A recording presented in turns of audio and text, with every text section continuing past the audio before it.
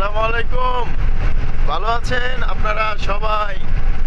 আশা করি বগুড়া আছি। বগুড়া আপনার দুপচাচিয়া যে রাস্তা, সেই রাস্তায় প্রচুর কুয়াশা। এখন সকাল 10টা বাজে, তারপরও অনেক কুয়াশা।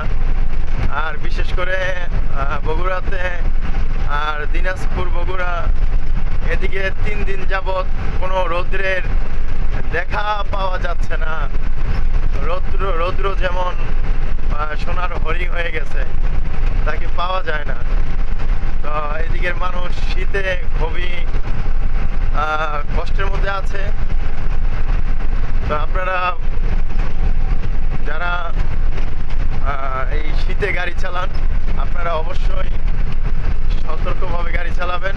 এবং শীতে অলরেডি বিভিন্ন জায়গায় ইতিমধ্যে শীত আসার পর দুর্ঘটনা ঘটার অনেক সংবাদ পেয়েছি। অতএব আপনারা রাত্রে গাড়ি যতটুকু সম্ভব না চালানোটাই সব থেকে উত্তম। কুয়াশার মধ্যে কিছু দেখা যায় না। আবার যেই সময় কুয়াশা সকালবেলা ভোরে ভোরে কুয়াশাটা একটু বেশি পড়ে, আপনারা যদি গাড়ি চালান রাত্র 12টা 1টা পর্যন্ত গাড়ি চালাইতে পারেন, তখন কুয়াশাটা সেরকমভাবে থাকে না।